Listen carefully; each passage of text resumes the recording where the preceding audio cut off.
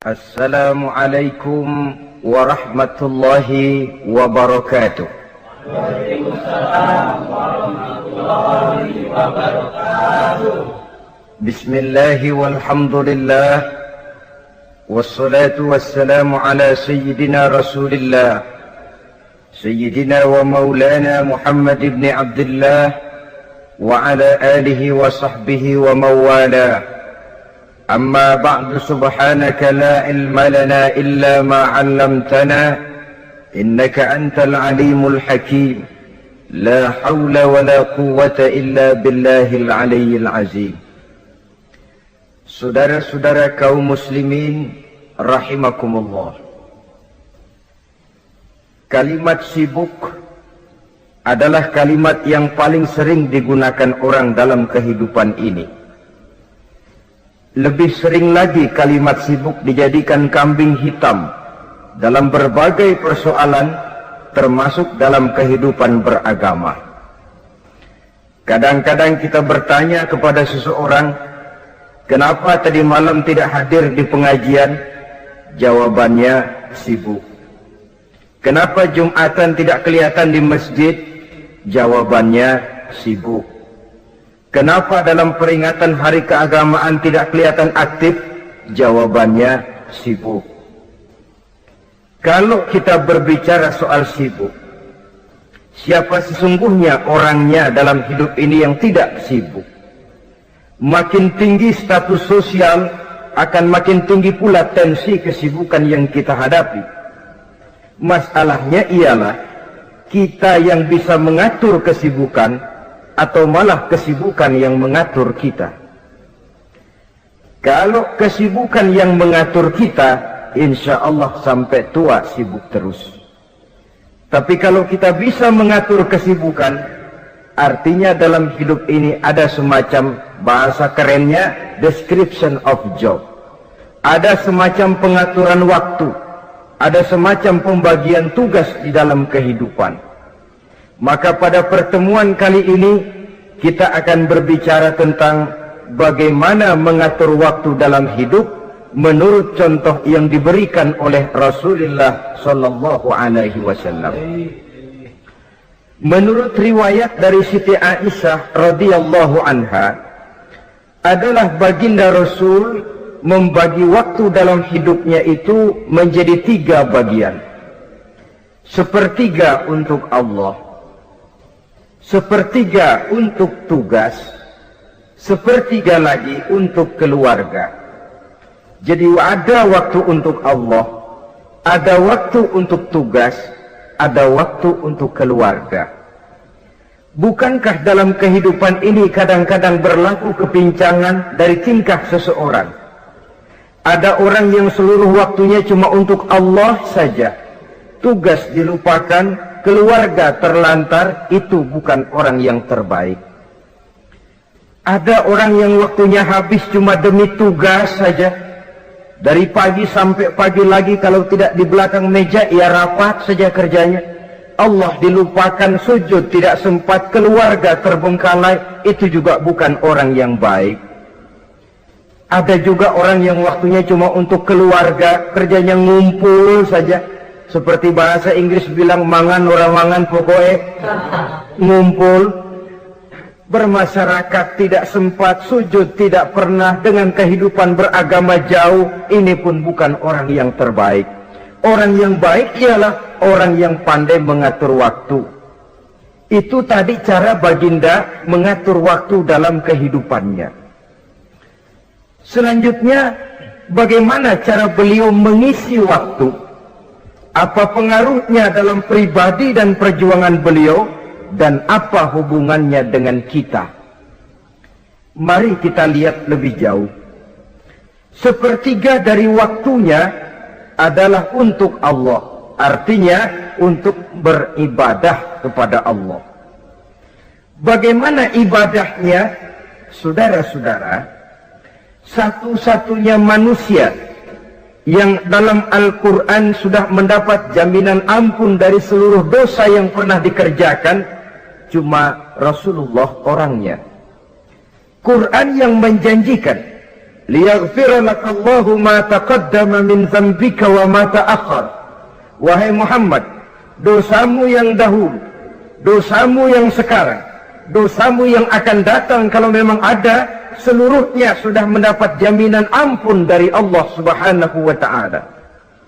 Orang yang nyata-nyata sudah mendapat jaminan ampun dari segala dosa ini, ibadahnya luar biasa. Luar biasa bagaimana? Sejarah menceritakan beliau kalau sholat malam sampai bengkak kakinya karena rajin sujud. Aisyah menceritakan, satu malam selesai sholat isya saya akan tidur. Saya lihat suami saya sedang sholat, maka saya pun tidur. Tengah malam saya terbangun dari tidur, saya lihat suami saya masih sholat juga. Saya tidur lagi.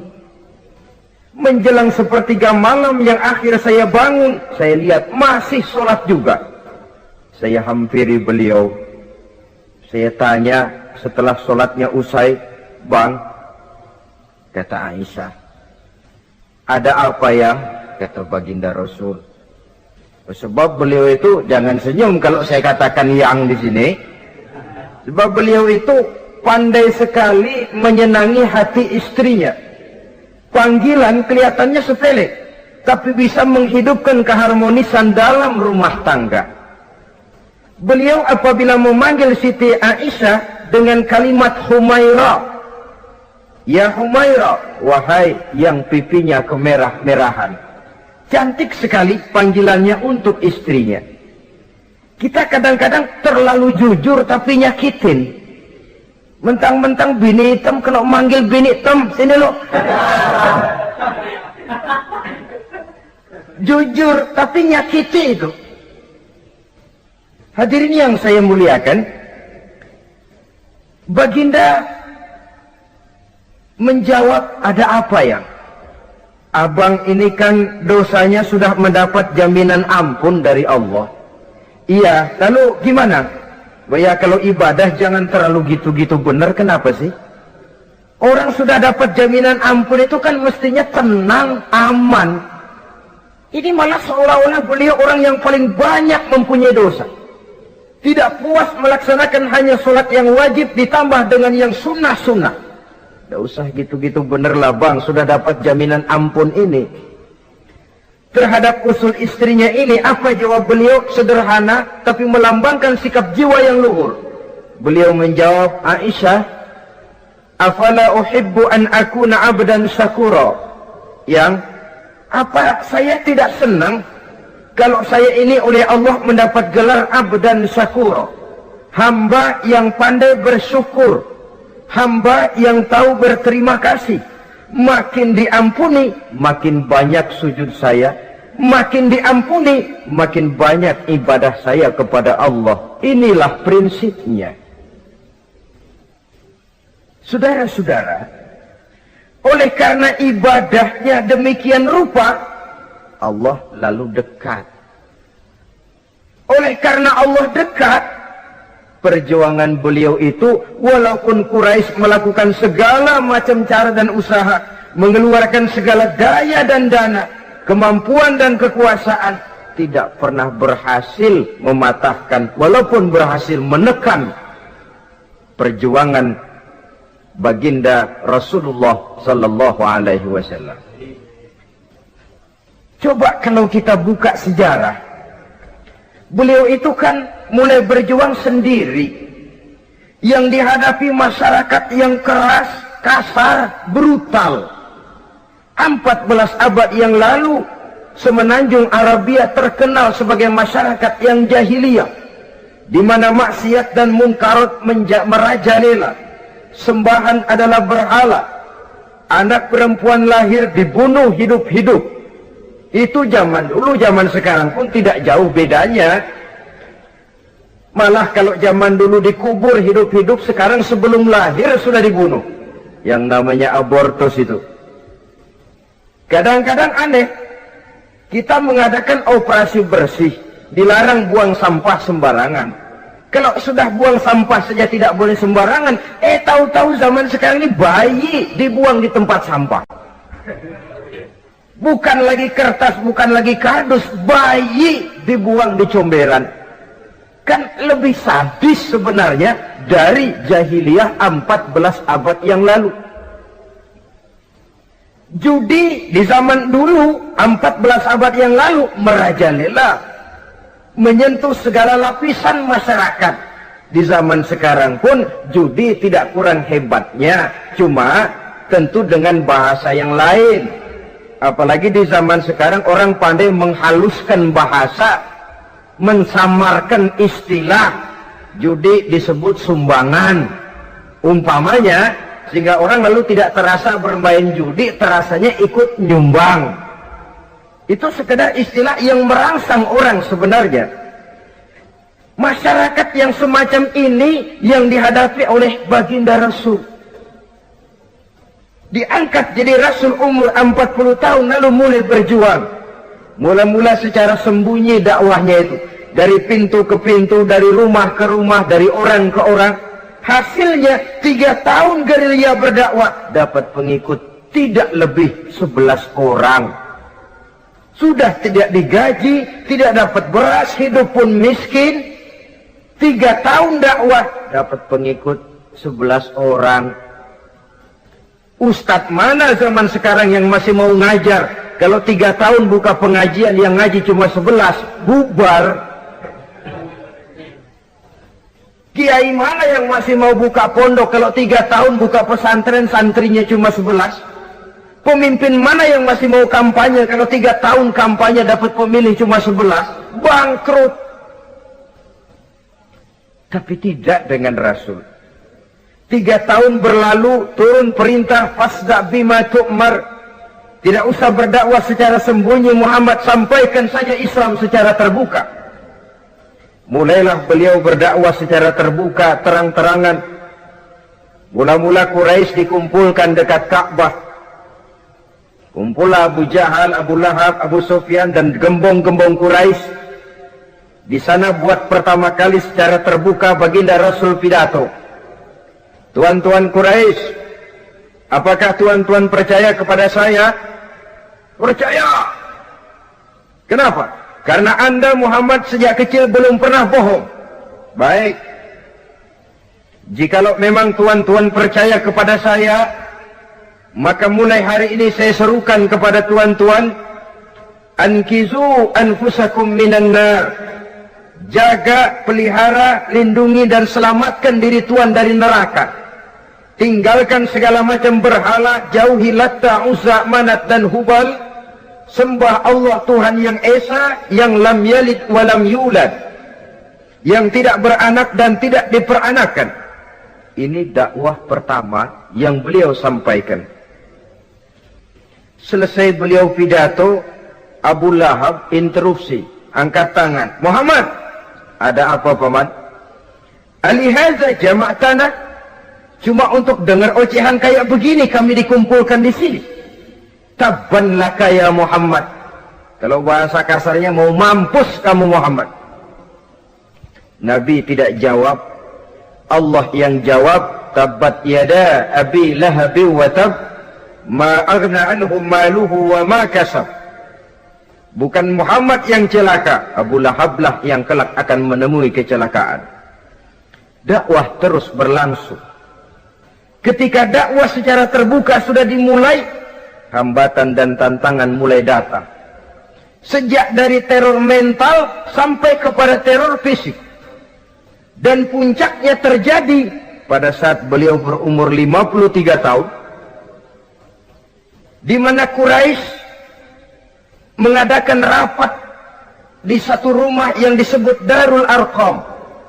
Kumpullah di situ dedengkot Quraisy. Siapa lagi kalau bukan Abu Jahal, Abu Lahab? Mereka rapat pleno lengkap.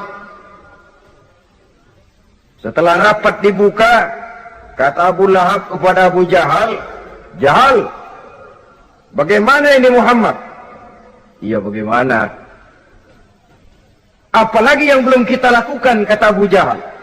Kita fitnah sudah, kita caci maki tiap hari, kita lontari kotoran unta, sahabat-sahabatnya kita bantai, Tapi mereka tetap tegar. Iya, kata Abu Jahal. Dan sekarang ini sahabatnya sebagian berangsur-angsur sudah hijrah ke Madinah. Ini pertanda Islam akan berkembang di kota Madinah. Kalau nanti dia berhasil di Madinah lalu menyerbu ke Mekah, alamat habis kita gulung tikar. Makanya kata Abu Jahal, makanya apa? Makanya dari dulu juga saya bilang, kempesin aja itu. Jadi kalau bahasa okemnya kan begitu tuh. Bunuh saja Muhammad, bunuh. Iya, soal bunuh sih gampang kata Abu Lahab. Tapi Muhammad kan tidak keluar dari batu. Dia punya keluarga, sanak famili dan handai tolan. Kalau keluarganya menuntut balas bagaimana ini? Gampang. Kita kan banyak punya suku. Tiap-tiap suku kan punya juara, tukang-tukang pukul. Sewa saja. Tiap suku ambil tukang pukulnya. Kita kepung rumah Muhammad, bunuh sama-sama. Kalau keluarganya akan menuntut balas, dia akan berhadapan dengan seluruh suku yang ada di semenanjung Arabia ini. Bagaimana, setuju? Setuju. Nah, udah. Kapan kita bunuh Muhammad? Kapan lagi? Tidak usah buang waktu. Besok malam. Ya, besok malam kita bunuh Muhammad. Tapi awas. Semua yang ikut rapat di sini, ingat baik-baik. Ini rahasia negara. Besok malam kita akan membunuh Muhammad. Siapa yang berani membocorkan rahasia negara ini, supersip. Dianggap menghambat program Quraisy. Itu nanti dijatuhi hukuman berat ya. Jaga rahasia baik-baik. Oh, besok malam kita akan membunuh Muhammad. Sanggup? Sanggup. Rapat selesai. Hadirin boleh bubar ke rumah masing-masing. Pulang. Namanya manusia. Bocor juga rahasia ini. Begitu pulang, cerita sama istrinya. Bu, anu loh Bu, apa Pak? Saya tadi ikut rapat. Rapat apa tuh Pak? Besok malam akan ada pembunuhan. Pembunuhan? Pembunuhan. Siapa tuh yang mau dibunuh? Muhammad. Tapi jangan bilang-bilang ya. Ini rahasia negara. Ini rahasia negara Bu. Jangan bilang-bilang. Iya Pak, iya. Nah, besok pagi istrinya ngobrol sama tetangganya. Mbak Ayu, tahu nggak? Apa tuh? Nanti malam akan ada pembunuhan. Siapa yang mau dibunuh? Muhammad. Loh, sampean tahunya dari mana? Suami saya ikut rapat, tapi jangan bilang-bilang ya Bu ya. Ini rahasia negara.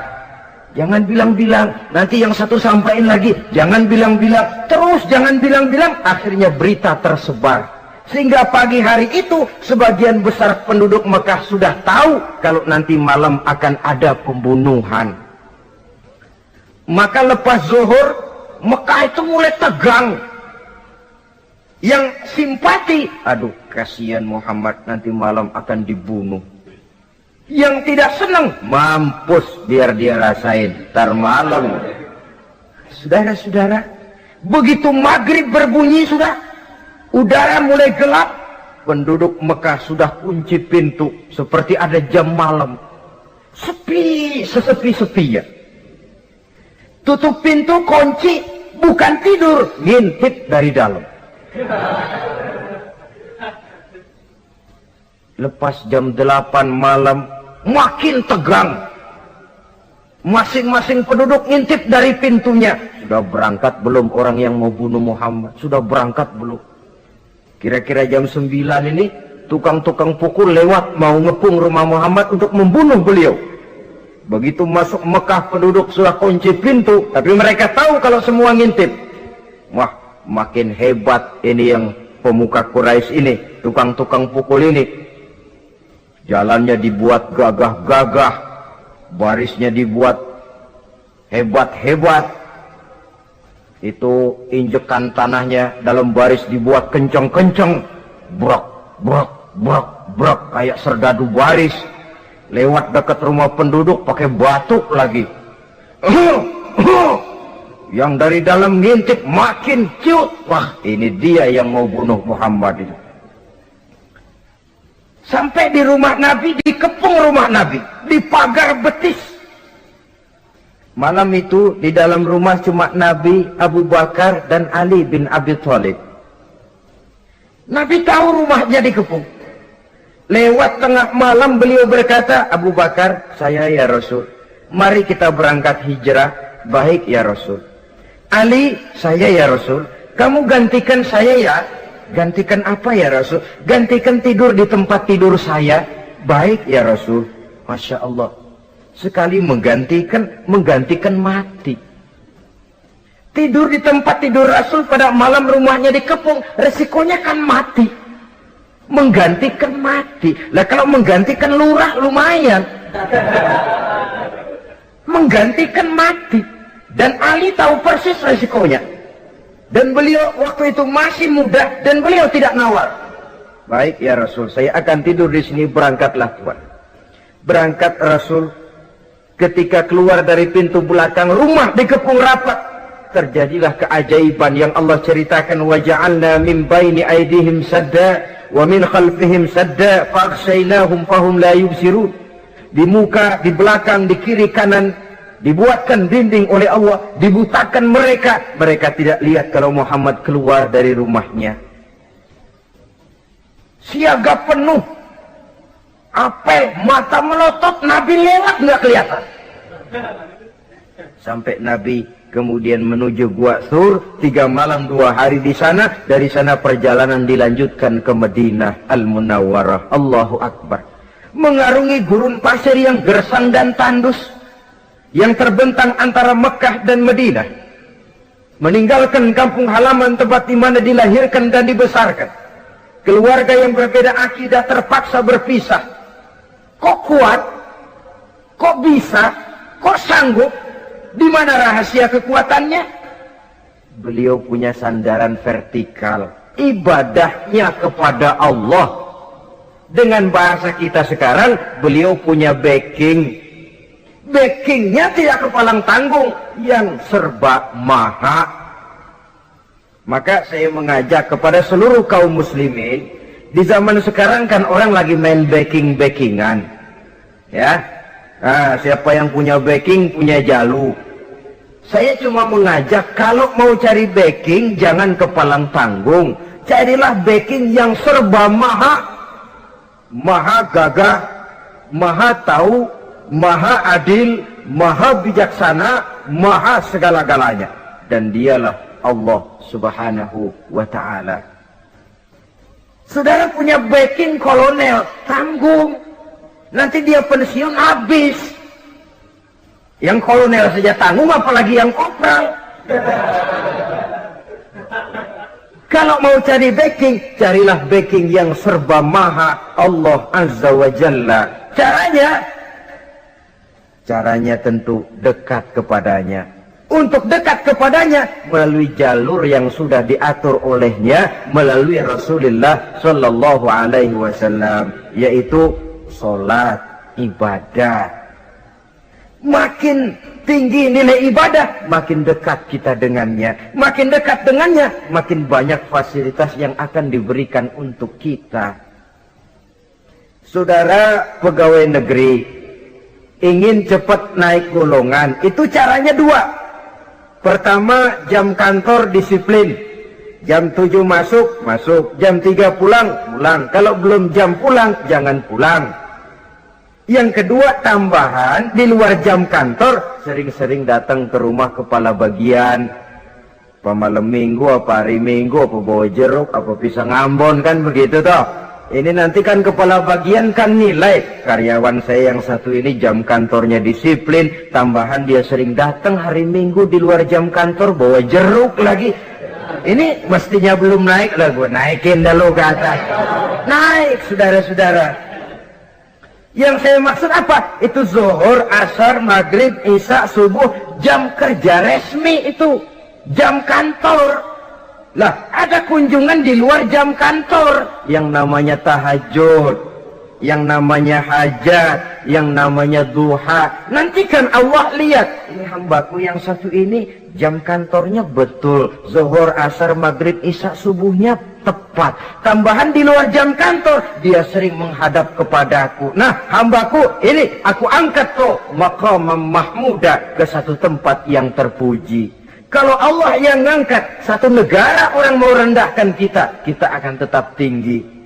Kalau Allah mau rendahkan, satu negara mau angkat kita, kalau memang dasar mesti nyungsap ke bawah.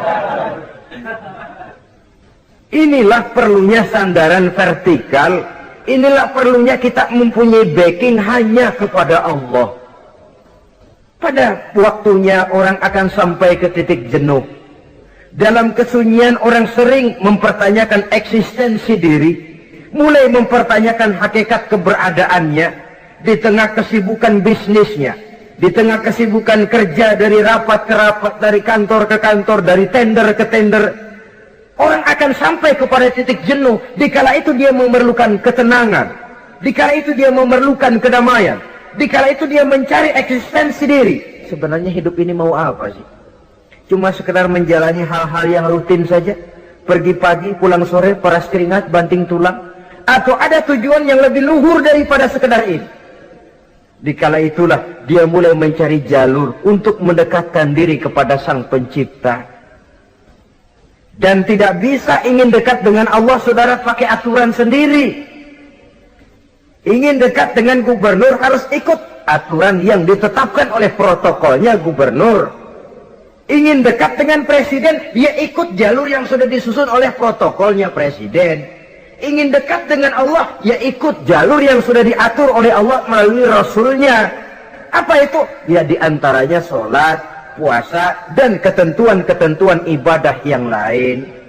Tidak bisa dengan prinsip, yang penting kan hati baik, berjiwa bersih, akhlak luhur, tidak usah sholat kalau hati baik sudah dekat dengan Allah. Oh, alangkah enaknya kalau begitu. Kalau dengan itu bisa dekat dengan Allah, rasanya Nabi Muhammad yang paling dulu berhenti sembahyang. Kenapa? Beliau orang yang hatinya paling baik. Beliau orang yang budinya paling luhur. Kalau budi luhur dan hati baik sudah menjamin untuk dekat dengan Allah, Nabi dulu berhenti sholat. Nyatanya tidak. Beliau orang yang berbudi luhur, berakhlak baik, entoh ibadahnya demikian rupa. Dan beliau adalah standar untuk kita jadikan contoh dalam mengamalkan ajaran-ajaran agama di kehidupan kita ini. Saudara, itu tadi sepertiga waktu beliau untuk ibadah, untuk Allah. Sepertiga yang kedua dari waktu beliau adalah untuk tugas. Dalam hal ini, sebagai seorang Rasul, menyampaikan risalah Islam berhadapan dengan umat. Yang jadi soal ialah, apa modal utama beliau di dalam melaksanakan tugas? Dan ini nanti sebagai cerminan buat kita. Modal utamanya pertama adalah keteladanan, dan yang kedua adalah akhlak.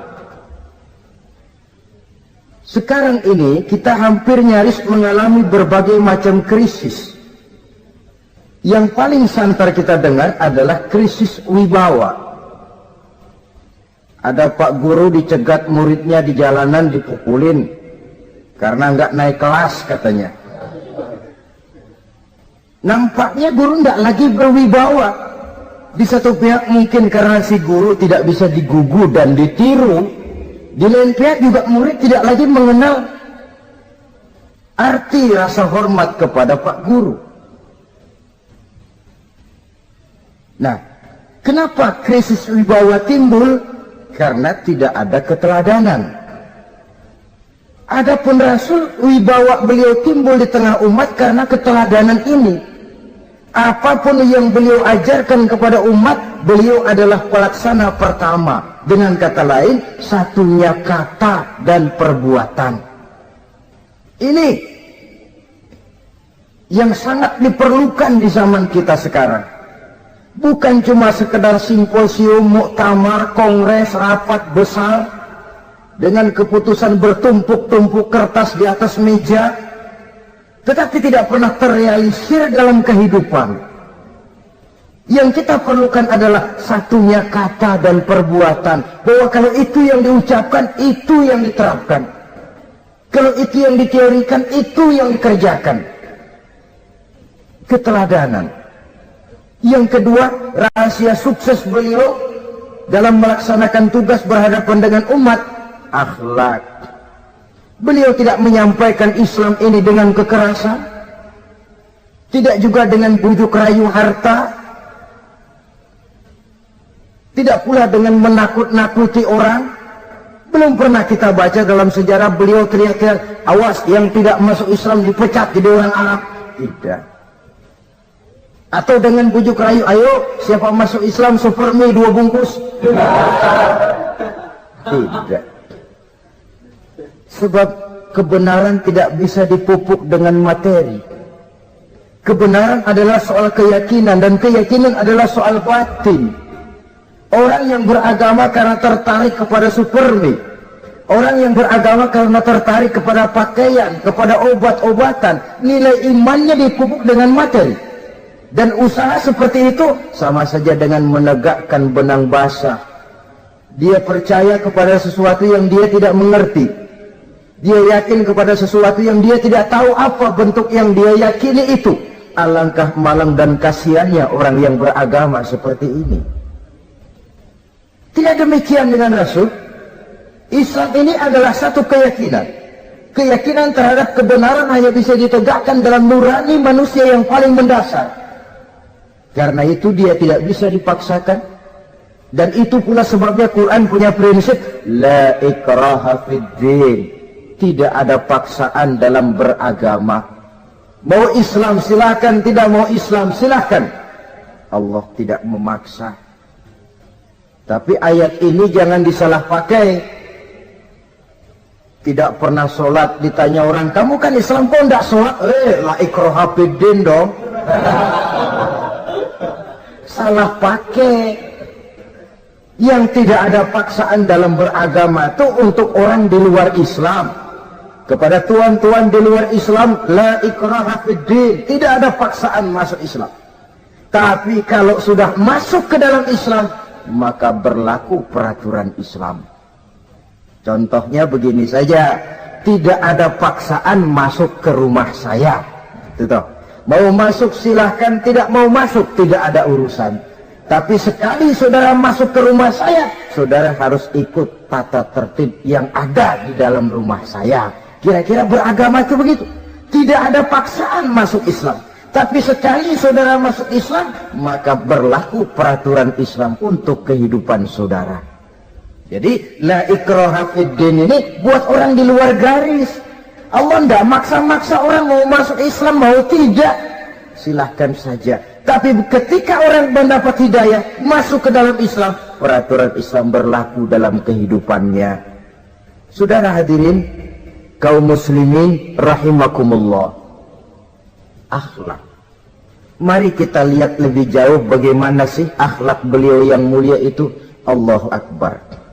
Kalau orang berakhlak kepada teman, itu sih biasa. Tapi berakhlak kepada musuh, ini yang luar biasa. Ini yang agaknya Allah saja memuji beliau. Wa innaka la'ala khuluqin azim. Engkau Muhammad benar-benar berada di atas budi pekerti yang luhur dan terpuji. Kalau saya baik kepada orang yang memang baik kepada saya, logis toh, wajar, memang harusnya. Tapi berbuat baik kepada orang yang jahat terhadap saya, ini yang tidak setiap orang bisa. Nah, sebab itu saya tidak ingin menceritakan akhlak beliau kepada sahabat, namanya juga kepada sahabat. Saya akan kutip beberapa riwayat yang menceritakan bagaimana akhlak beliau kepada orang yang nyata-nyata memusuhinya. Berbagai riwayat menceritakan bagaimana beliau ketika di Taif dilontari orang dengan batu, yang melontari beliau malah mendapat doa, Allahumma hdi qaumi fa innahum la ya'lamun. Ya Allah, berikan hidayah, berikan petunjuk kepada yang mereka yang melontari saya dengan batu, karena mereka tidak tahu. Kalau saja mereka tahu, mereka tidak akan melontari saya dengan batu. Ya Allah, berikan hidayah kepada mereka. Padahal ketika itu malaikat Jibril menawarkan jasa. Muhammad, kalau kamu mau orang yang melontari kau dengan batu itu hancur, saat ini juga saya angkat Jabal Uhud, saya timpakan mereka biar mati semua. Mau Muhammad? Jangan Jibril, mereka tidak tahu. Kalau saja mereka tahu, mereka tidak akan melontari saya dengan batu. Lebih baik doakan mereka supaya mendapat hidayah dari Allah. Dalam kondisi kepepet, dilontari dengan batu, malaikat Jibril datang menawarkan jasa. Beliau lebih memilih mendoakan orang yang berbuat jahat itu. Ya Allah, bukan main. Umumnya kita kan kalau lagi kepepet ada yang nolongin, giram bener. Andai kata kita yang jadi nabi disambitin orang, datang malaikat Jibril nawarin, bagaimana sikat? Habisin aja dah.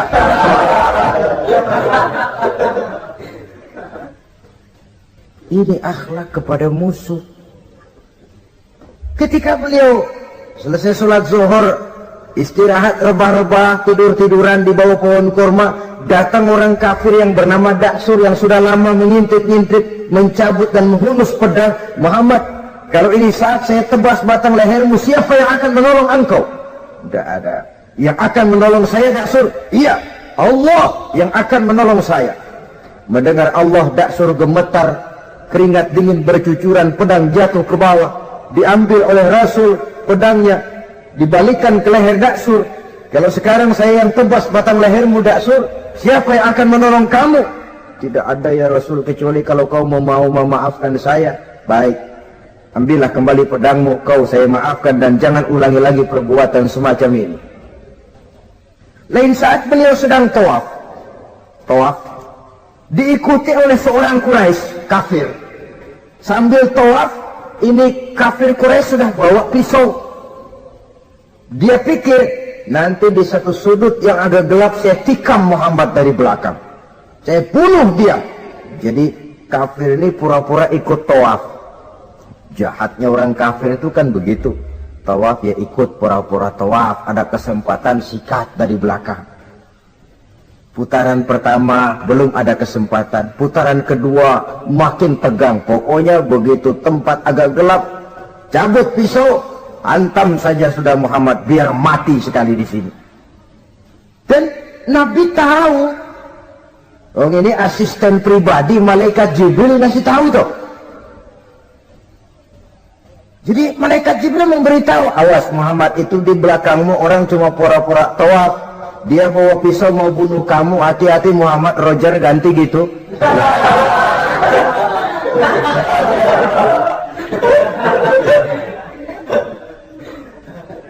Tahu persis beliau.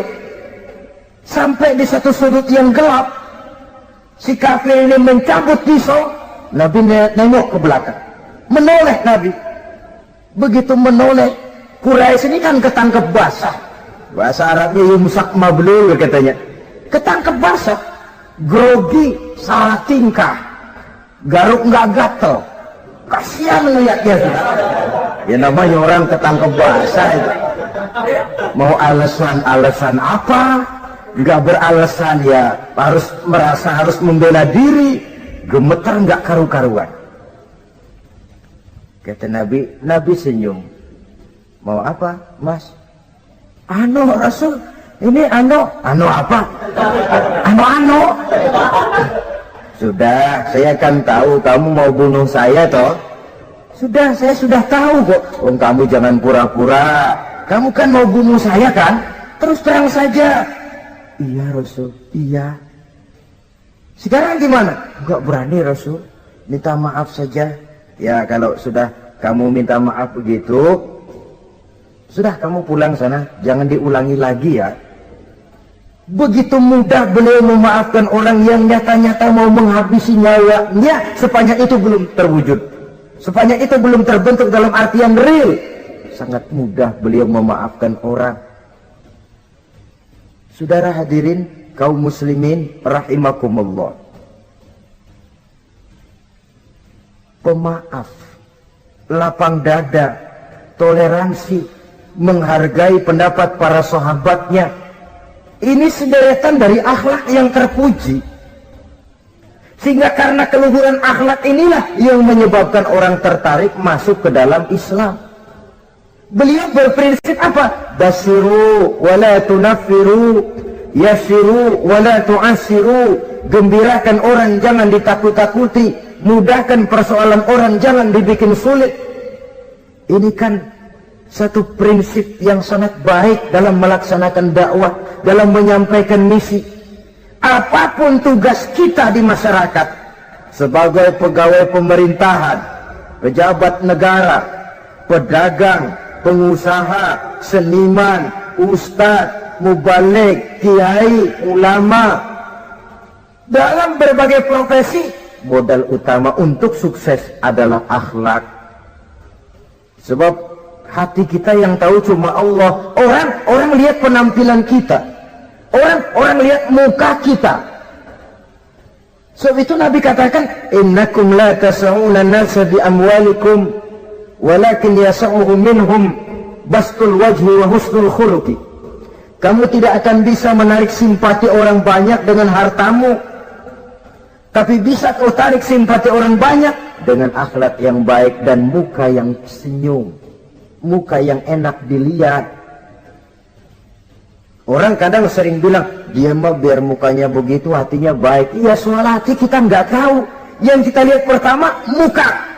Bagaimana gue mau ikut dia mukanya kayak batu kuburan? Kesan serem pertama itu kan sudah ada. Walaupun kadang-kadang hati memang baik, tapi hati itu kan urusan Allah. Yang kita lihat pertama muka. Ini barangkali nanti termasuk teori dalam psychology of salesman ya, bahwa sesuatu yang baik kalau dihidangkan dengan cara yang tidak baik, orang tidak akan tertarik.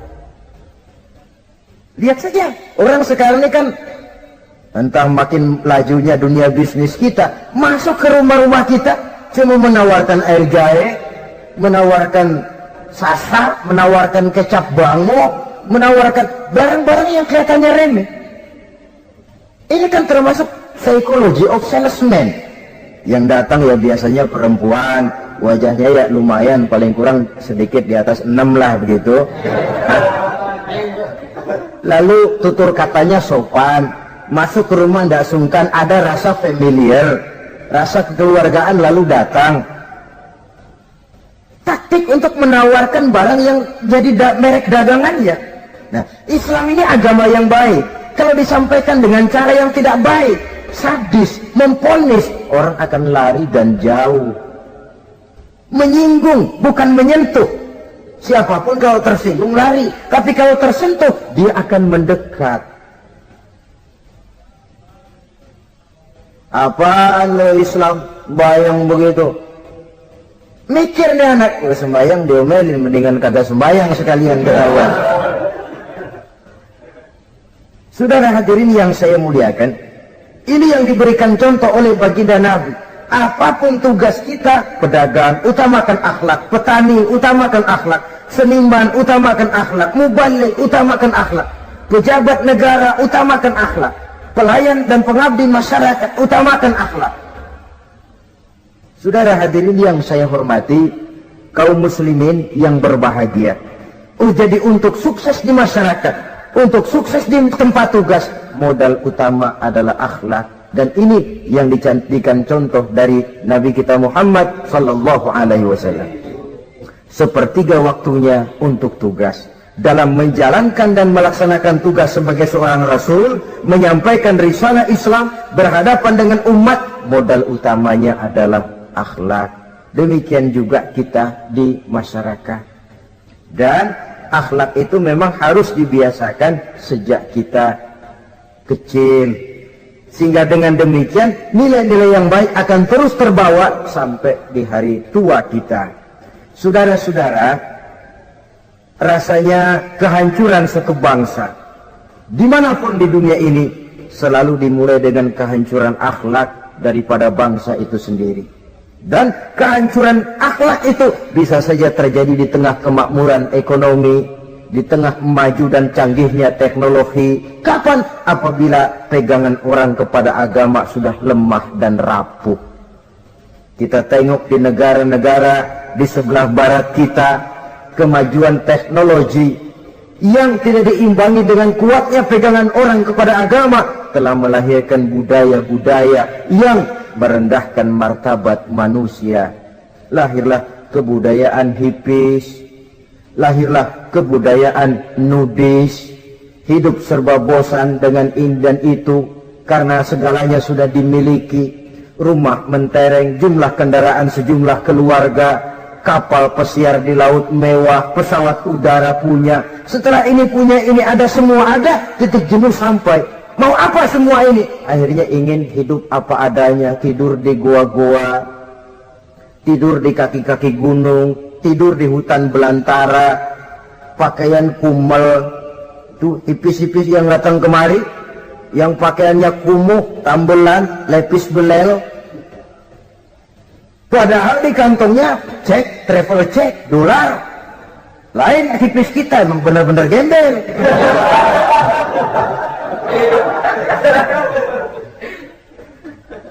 Merasa jenuh, merasa bosan. Bahkan sebuah berita dari Jerman, orang terlalu kaya, pulau dibeli. Di pulau itu dia bikin satu klub yang bernama klub nudis. Setiap anggotanya boleh masuk ke pulau itu dengan catatan tidak boleh pakai pakaian selembar pun, alias bugil, telanjang bulat. Sudah telanjang bulat itu. Dan di sana berlakulah apa yang disebut serba boleh. Jadi kalau di sana ke sana saudara bawa istri masuk anggota, ya silahkan saja. Istilah tukar pakai, simpan pinjam, bisa-bisa saja, asal suka sama suka. Asal perbuatan yang dianggap tidak merugikan orang lain, suka sama suka, sudah tidak bisa dituntut oleh norma yang berlaku. Ya. Itulah sebabnya kita sering prihatin bahwa kemajuan sering membawa pergeseran nilai. Apabila kita tidak bisa menghindarkan diri dari proses pergeseran nilai, setidaknya kan kita bisa menjaga diri jangan sampai hanyut oleh nilai-nilai yang negatif. Akhlak, baik sebagai muslim, baik sebagai bangsa Indonesia yang berkepribadian luhur, itu merupakan cerminan kita. Saya prihatin, belum lama diselenggarakan kontes bibir terindah. Kontes bibir terindah itu kira-kira apa manfaatnya? Apa yang jadi ukuran? Dan bukankah bibir karunia Tuhan? Ya kalau yang bibirnya mungil bisa ikut kontes lah, kalau yang jebleh gitu.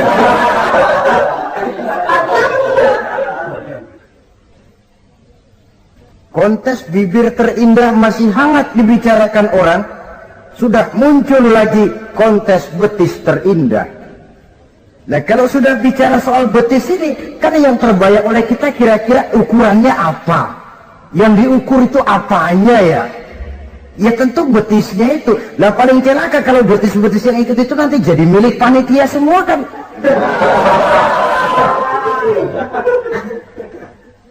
Yang tidak usah kita mengukur dengan kacamata agama, dengan budaya kita sebagai bangsa Indonesia yang berfalsafahkan Pancasila, rasanya mendengarnya saja kok sudah tidak sad gitu loh. Tidak pas untuk ukuran kita sebagai bangsa yang berfalsafahkan Pancasila. Saudara-saudara kaum muslimin rahimakumullah, ini yang saya maksud tadi, proses pergeseran nilai. Andai kata kita tidak bisa menghindarkan diri dari hal yang semacam itu, setidaknya kita bisa menjaga diri jangan sampai hanyut ditelan proses pergeseran nilai. Dan memelihara nilai-nilai akhlak ini dari hari ke hari memang tidak semakin ringan, bahkan akan semakin berat, karena tantangan yang kita hadapi juga akan semakin berat. Inilah sepertiga yang kedua dari waktu beliau untuk melaksanakan tugas. Jadi modal utama dalam melaksanakan tugas akhlak. Di antara nilai akhlak itu prinsip Nabi tadi, gembirakan orang, jangan ditakut-takuti, mudahkan urusan orang, jangan dibikin sulit. Sehingga kalau yang memang mudah lalu dipersulit, itu sudah mencerminkan akhlak yang tidak diajarkan oleh Rasulullah Sallallahu Alaihi Wasallam. Kemudian yang terakhir, sepertiga yang ketiga dari waktu beliau adalah untuk keluarga. Jadi tadi ada waktu untuk Allah, ibadah, ada waktu untuk tugas, dan yang ketiga ada waktu untuk keluarga. Bagaimana Rasul di tengah keluarganya? Anas bin Malik bercerita, saya 11 tahun membantu di rumah tangga Rasul. 11 tahun itu kan artinya 11 kali 360 hari kali 24 jam. Bukan waktu yang sebentar itu. Selama 11 tahun saya membantu di rumah tangga Rasul, kata Anas, belum pernah saya dengar kata-kata kasar, keras, membentak. 11 tahun saya membantu di rumah tangga beliau, belum pernah saya lihat ada piring terbang, ada bakyak melayang. Artinya apa? Cerminan dari ketentraman, keayeman, kedamaian rumah tangga beliau. Padahal rumah tangganya kecil. Istrinya lebih dari satu, tapi aman, tentram, rukun. Kita kadang-kadang istri satu seminggu 7 hari, perang 6 hari. Cuma 1 hari gencatan senjata. Sudah hadirin, saudara kaum muslimin, rahimakumullah.